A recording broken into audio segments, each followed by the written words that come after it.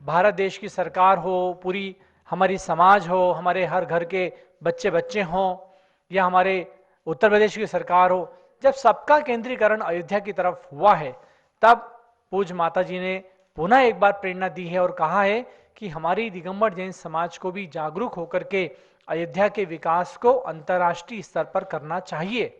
अभी तक तो विकास किया है और भी करते रहेंगे, लेकिन अब एक नई पहल में, नए अंदाज में, अनूठे योजनाओं के साथ, जिससे कि आने वाले देश और विदेश के पर्यटकगण हमारे अयोध्या तीर्थ के प्रति आकर्षित हों, अयोध्या में भगवान ऋषभदेव के मंदिर को देखने के लिए आए, उनको भी पता लगे कि भगवान राम की जन्मभूमि के साथ उससे युग के आदि में, उससे भी पहले भगवान ऋषभदेव यहां जैन धर्म के जन्म ले चुके हैं, उनकी जन्मभूमि है, 5 तीर्थंकरों की जन्मभूमि है।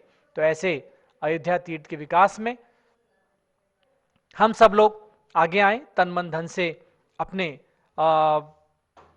सहयोग को प्रदान करें और अयोध्या तीर्थ को अब हम सब लोग सोने के समान चमकता हुआ इस पूरे विश्व में, इस पूरे धरातल पर एक सुंदर सा दैदीप्यमान तीर्थ बना करके पूरी समाज को, पूरे देश को प्रस्तुत करें उसके सामने कि हमारी दिगंबर जैन संस्कृति या हमारे जैन धर्म की प्राचीन संस्कृति क्या है और किस प्रकार से जैन संस्कृति का इस धरातल पर योगदान रहा है, कैसे भगवान ऋषभदेव ने जीवन जीने की कला सिखाई है, कैसे भगवान भरत चक्रवर्ती ने इस अयोध्या से पूरे 6 खंड पृथ्वी पर राज्य किया है, कैसे भगवान बाहुबली का बाहुबल पूरी दुनिया में याद किया जाता है, कैसे ब्राह्मी और सुंदरी इन दोनों बालिकाओं ने अपने जीवन में ब्राह्मी लिपि सीखी और अक्षर लिपि सीखी जो आज तक हमारे सामने है। तो ऐसे ऐसे इतिहासों को रचने वाली जैन धर्म की प्राचीन संस्कृति और उसका केंद्र है, आद्य केंद्र है हमारा अयोध्या। बंधुओं, हमारे अखिल भारतवर्षीय दिगंबर जैन युवा परिषद का स्थापना दिवस आ रहा है। 1 जनवरी को हमारे युवा परिषद का 45वां स्थापना दिवस है और इस युवा परिषद के स्थापना दिवस पर पूरे युवा परिषद के साथियों को हम यही संदेश और आह्वान देना चाहेंगे कि हम सब लोग मिलकर के इस अयोध्या तीर्थ के विकास में आगे बढ़ें।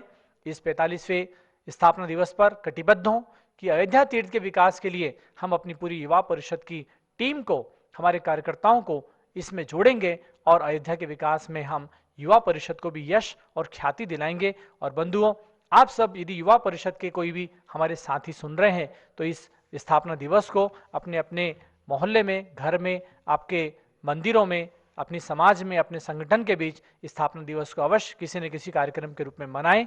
आपको यही मंगल प्रेरणा है।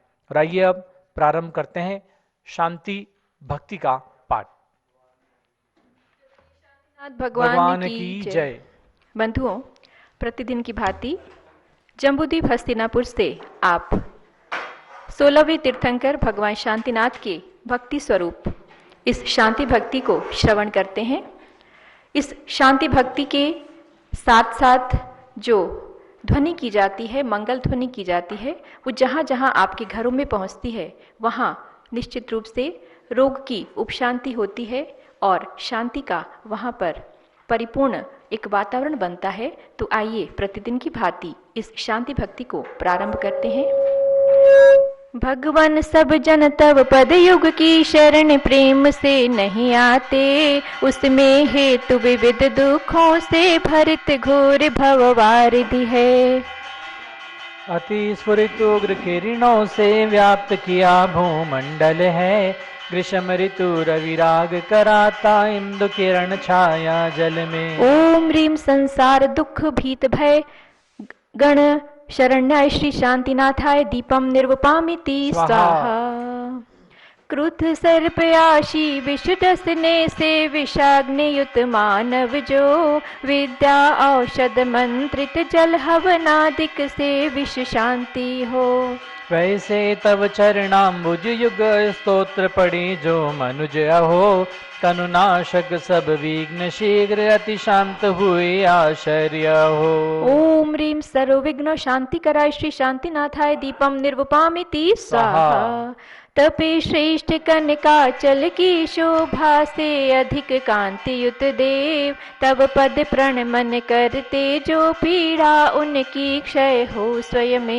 उदित रवि के स्फुट किरणों से ताड़ित हो झट निकल भगे, जैसे नाना प्राणी लोचन द्युति हर रात्रि शीघ्र भगे। ओम ह्रीं प्रणत जन कष्ट निवारकाय श्री शांतिनाथाय दीपम निर्वपामिति स्वाहा।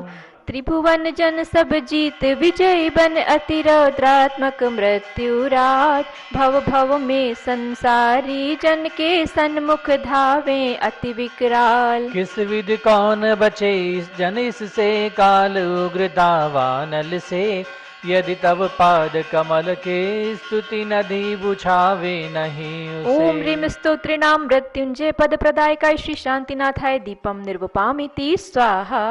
लोकालोक निरंतर व्यापी ज्ञान मूर्ति में शांति विभो, नाना रत्न जटित दंडे युत रुचिर श्वेत छत्र हैं। तव चरणाम्बुज पूत गीत रव से झट रोग पलायित हैं, जैसे सिंह भयंकर गर्जन सुनवन हस्ती भगते हैं। ओम ह्रीं चरणाम्बुज स्तुति कर्तृणाम सर्वरोग विनाशकाय श्री शांतिनाथाय दीपम निर्वपामिति स्वाहा। दिव्य स्त्री द्रग सुंदर विपुला श्री मेरु के चूड़ामणि, तब भामंडल बाल दिवाकर द्युति हर सबको इष्ट अति। अव्याबाद अचिंत्य अतुल अनुपम शाश्वत जो सौख्य महान, तव चरणारविंद युगल स्तुति से ही हो वह प्राप्त निधान। ओम ह्रीं स्तवन प्रसादात स्तोत्रिणाम अचिंत्य सार सौख्य प्रदायकाय श्री शांतिनाथाय दीपम निर्वपामिति स्वाहा।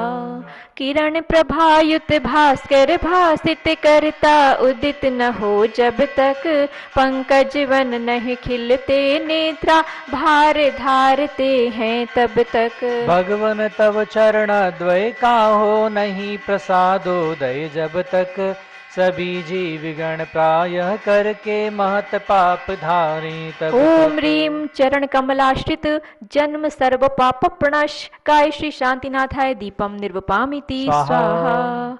शांति जिनेश्वर शांत चित्त से शांत्यर्थी बहु प्राणी गण, तब पादाम्बुज का आश्रय ले शांत हुए हैं पृथ्वी पर। तव पद युग की शांतष्टक युत स्तुति करते भक्ति से, मुझ भक्ति पर दृष्टि प्रसन्न करो भगवन करुणा करके। ओम ह्रीं स्वपाद पद्माश्रया शांत्यर्थी भक्ति का नाम दृष्टि प्रसन्न विधायकाय श्री शांतिनाथाय दीपम निर्वपामिति स्वाहा। शांति जिनम शशि शम निर्मल वक्त्र शांति जिन शील गुणावृत संयम पात, नमो जिनोत्तम जम्बुज द्रग को अष्ट शतार्चित लक्षण गा। ओम ह्रीं शील गुणव्रत संयम पात्राय श्री शांतिनाथाय दीपम निर्वपामिति स्वाहा। चक्रधरों में पंचम चक्र इंद्र नरेंद्र वृंद पूजित, गण की शांति चहु षोडश तीर्थम कर नमो शांति कर। ओम ह्रीं पंचम चक्र षोडश तीर्थकराय श्री तीर्थंकराय श्री शांतिनाथाय दीपम निर्वपामिति स्वाहा।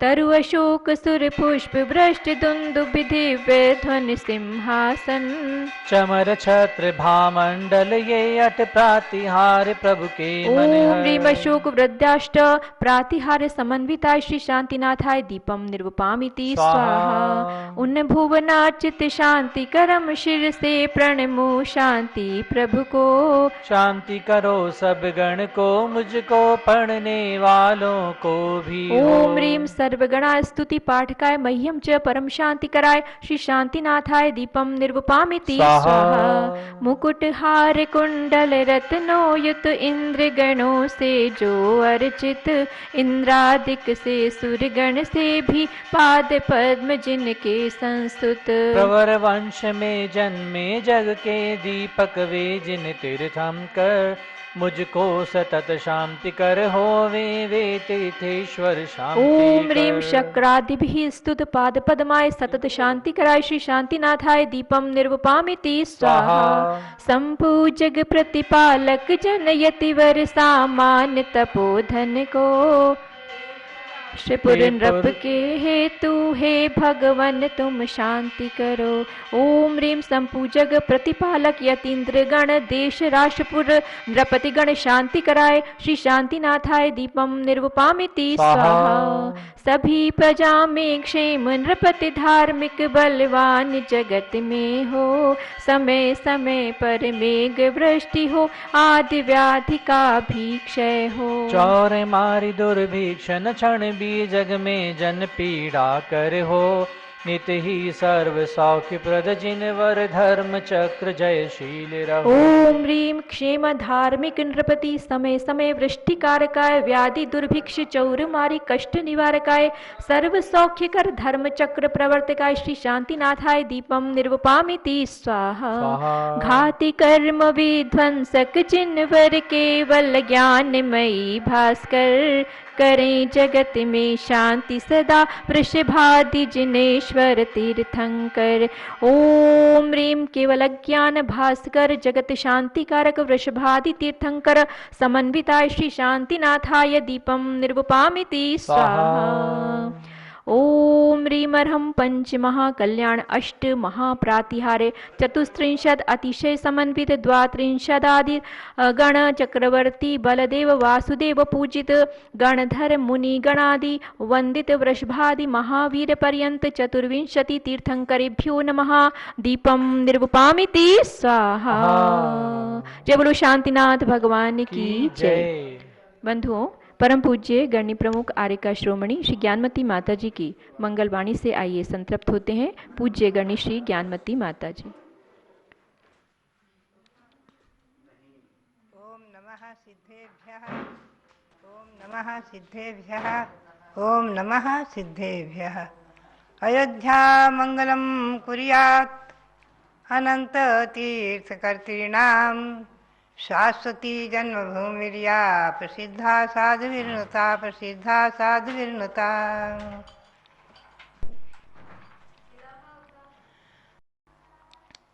बजात नौ शाश्वत तीर्थ अयोध्या। हम और आप शाश्वत जन्मभूमि अयोध्या वर्ष मना रहे हैं। उसी के अंतर्गत हम और आप अयोध्या में भावों से पहुँचे और भगवान ऋषभदेव, भगवान अजितनाथ, उनके बाद भगवान अभिनंदन नाथ का जन्म हुआ है। हम आपको ले चले शाश्वत तीर्थ अयोध्या की ओर। भावों से हम और आप अयोध्या पहुँचेंगे। जैसा कि आपको बताया है कि इसी जम्बूद्वीप के विजय क्षेत्र के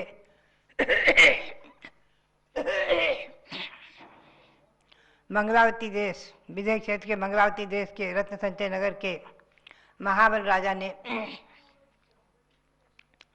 विमल वाहन गुरु के पास जैनेश्वरी दीक्षा लेकर 11 अंग का अध्ययन किया। 16 कारण भावनाओं को भाग कर तीर्थंकर प्रकृति का बंध किया। पुनश्च समाधि पूर्वक शरीर को छोड़कर अनुत्तर विमान में देव हुए, अहमिंद्र हुए। और जब 6 महीना आयु की शेष रही तब इसी जम्बूद्वीप में, जो भरत क्षेत्र के अंदर अयोध्या नगरी है, शाश्वत तीर्थ अयोध्या, अयोध्या नगरी के स्वामी इक्ष्वाकु वंशीय श्री स्वयंवर महाराज राज्य करते थे। उनकी महारानी सिद्धार्था। जब भगवान गर्भ में आने को थे, 6 महीने पहले से ही रत्नों की वर्षा माता के आंगन में शुरू हो गई। और वैशाख शुक्ला षष्ठी के दिन भगवान का गर्भ कल्याणक महोत्सव मनाया गया। और गर्भ कल्याणक महोत्सव में भी इंद्रों ने आकर के असंख्य देव सेना के साथ आकर के माता पिता की पूजा की, नगरी की प्रदक्षिणाएं दी आदि, और खूब उत्सव मनाया। पुनश्च सौधर्मेंद्र ने, जब भगवान का जन्म होता है माघ शुक्ला द्वादशी के दिन, माघ शुक्ला द्वादशी के दिन भगवान का जन्म हुआ। और चारों निकाय के देवों के यहाँ अपने आप बिना बजाए बाजे बज उठे। सौधर्मेंद्र का आसन कंपित हुआ, मुकुट झुक गया आदि। ये सब अतिशय अपने आप स्वयं प्रकट होते हैं।